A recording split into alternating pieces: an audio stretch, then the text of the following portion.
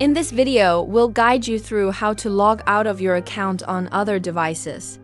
If you find this video helpful, please consider subscribing and liking the video.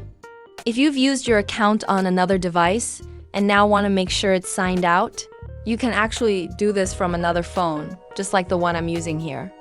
To get started, go to your profile by tapping the profile icon in the bottom right, then tap the menu icon in the top right corner.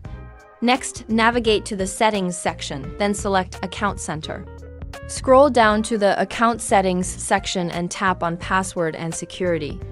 In this section, look for Security Checks and tap on the option to see where you're logged in. Choose the account you want to manage, and then find the device you want to log out from. You can tap Select Devices to log out, and you'll see a list of devices where you're currently logged in. You can either select all devices or pick the one you want to log out of. Then press Log Out at the bottom and confirm your choice. And that's it!